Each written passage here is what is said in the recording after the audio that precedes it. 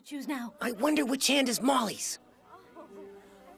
Here, Melvin, take this towel. You can dry your hands. That's it. Yeah, that's her hand here. That's the one. And now, please tell us your girlfriend's name. It's Molly. I'm holding Molly's hand, my angel. I'm not Molly. I'm sorry, you lose this round. Melvin blew it. It's gotta be hers. I wouldn't know it anywhere. She had a Band-Aid on her finger. Stop it, doofus. You pulled my arm off. Oh, what's he going on about? I had a Band-Aid on my finger when I cut it 6 months ago. Anyway, at least it shows he notices details about me. Melvin, are you all right? Yeah, it's nothing compared with the pain I must have caused my darling Molly. Oh, You've got to forgive my mistake, Molly. Let's see. Next on my list, I have Mary Long, who I think is very underrated. Netflix, no, don't go.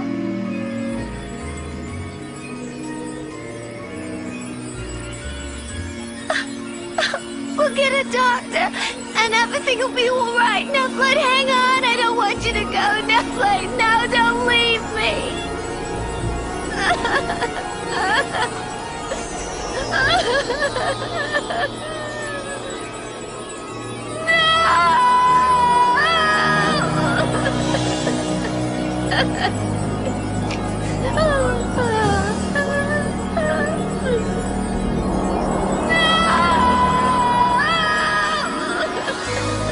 You know, when you initially read things about Molly, they say, "Oh my God!" And I'm from New Jersey, so of course I probably have something of an accent anyway.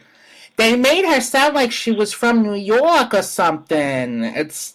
Yeah, that's another thing I mentioned in the book is, like, how come she spoke with a New York dialect and her parents did? And I've got the ultimate respect for Mary. I've worked with her for years, very early in our careers, in our 20s.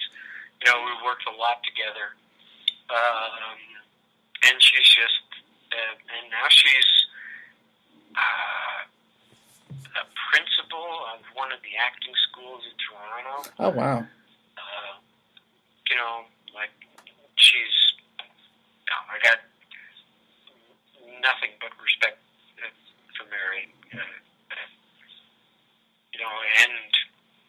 When we worked together, it really felt natural somehow, we kind of felt like we were married, or we were boy and girlfriend, or whatever, because that's the way we played it out. And she was always a joy to work with, because and at the time she was living, when we were doing Sailorman, she was living in Ottawa, and she, commuted in to do her sessions, which would be like an hour or two or anything, and then back to Ottawa. Wow. So it probably cost her more to get there to the studio than she made doing the thing. But that's an indication of her dedication, is that, that's my job as an actor. So if I make nothing on this, that's still my job, and I've got to do it. Oh, this is impossible! The crystal is alive again!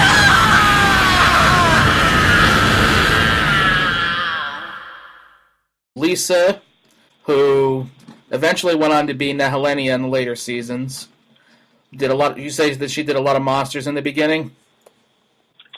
She's probably not very well known in America, and she hasn't been all that well known in Canada lately, but she's an amazing singer.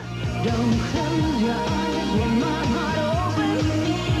Talk to me, please talk to me. I should have wakened you, I should have said I'm hurting, instead of shaking when I'm feeling so uncertain. I should have locked the door, I should have shut the window, instead of staying up and crying on my pillow.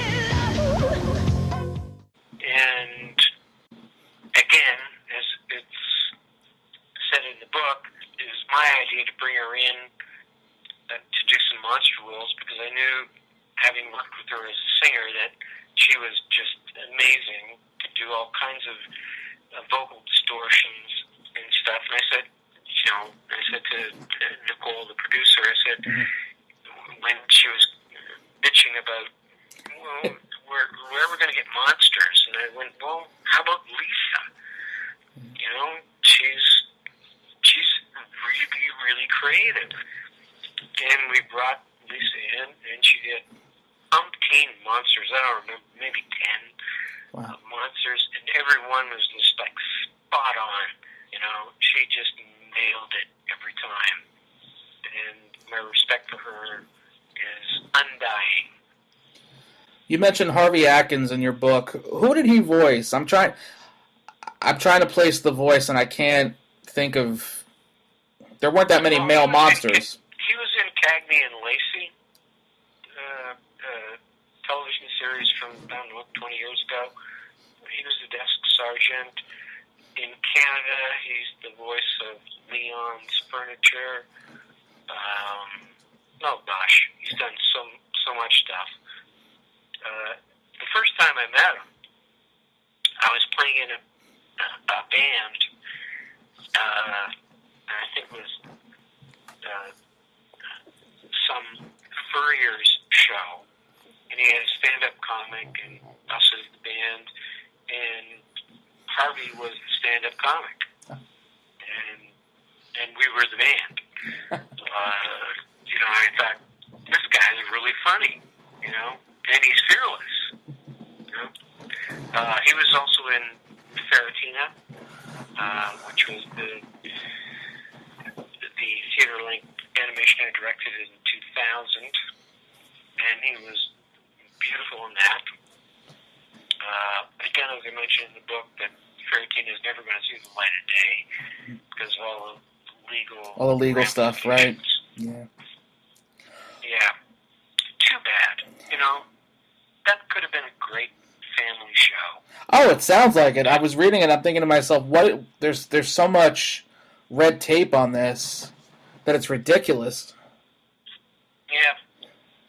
Well. Oh well. You know. Who did he voice on the show? Who was he, if you can recall?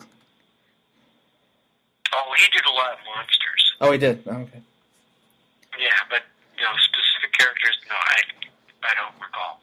And Nicole at the time, she's French and she's very animated, and it was just JD, get into the booth! You have the callers! You're gonna be really excited! Nicole. Complex relationship or what? Oh yeah.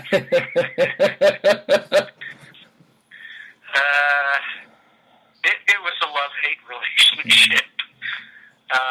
But ultimately, I love Nicole. You know, she sat behind me every day, and you know, she was usually working on the rhythm of bands for the next episodes and stuff. But occasionally, she would, you know, bark out, "That no sink, that no sink." So then we go, okay, let's rewind the thing, and then go, okay, look, it's sync, okay? You know, oh, okay. So, carry on. And there was one day, I mean, she's very French. And my French is okay, you know, but I remember one day I came to the studio first, but I had to teach Ryerson that day, and I said, "Est-tu which means, do you have an umbrella?" And she said, "Oui, dans mon auto, yeah, in my car." And she said, "Pourquoi?" which means why. And I said, "Presque plus," because it's raining.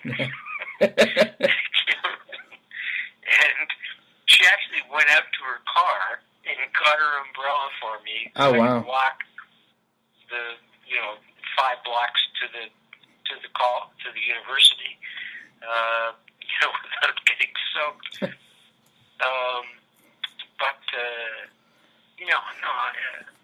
I really love Nicole because she really loved her actors. She really loved the series. And I haven't seen her in 14 years. Wow.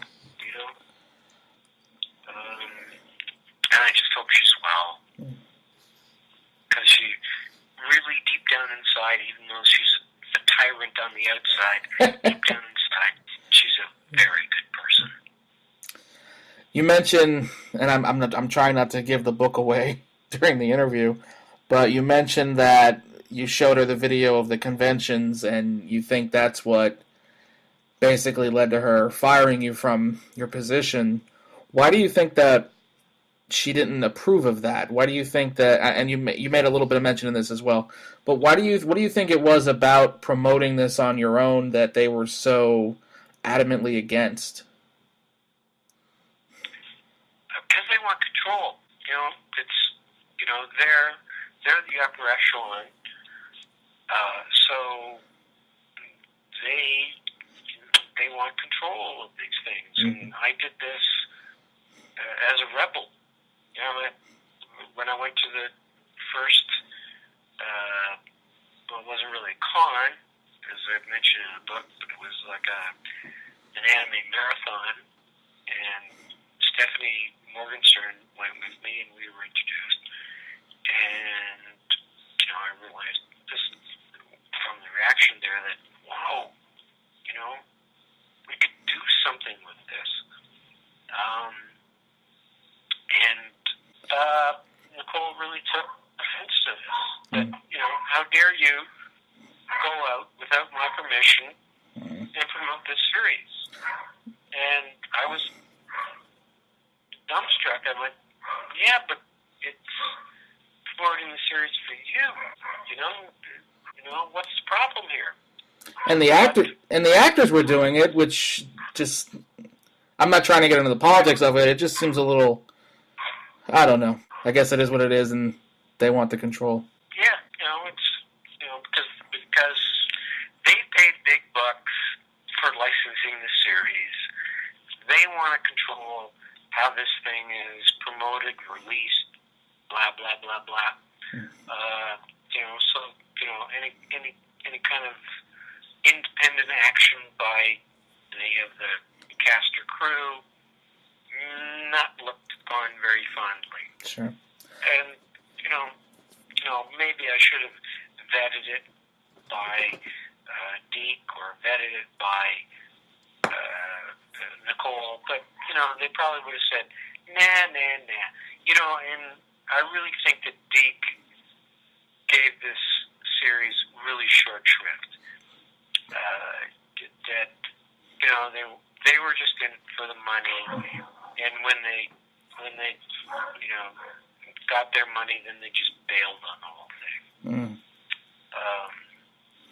Which I think is a crime, because they don't respect the fan, and the fans are what makes any series or anything successful, and they just sort of poo-pooed the whole thing, which I think is wrong. Do not venture into this den of dangers, ladies. You just waste your time and your money. I cannot let you pass. Whoa! If you want to go through that door, it'll be over my prone body. If you insist. And they say chivalry is dead.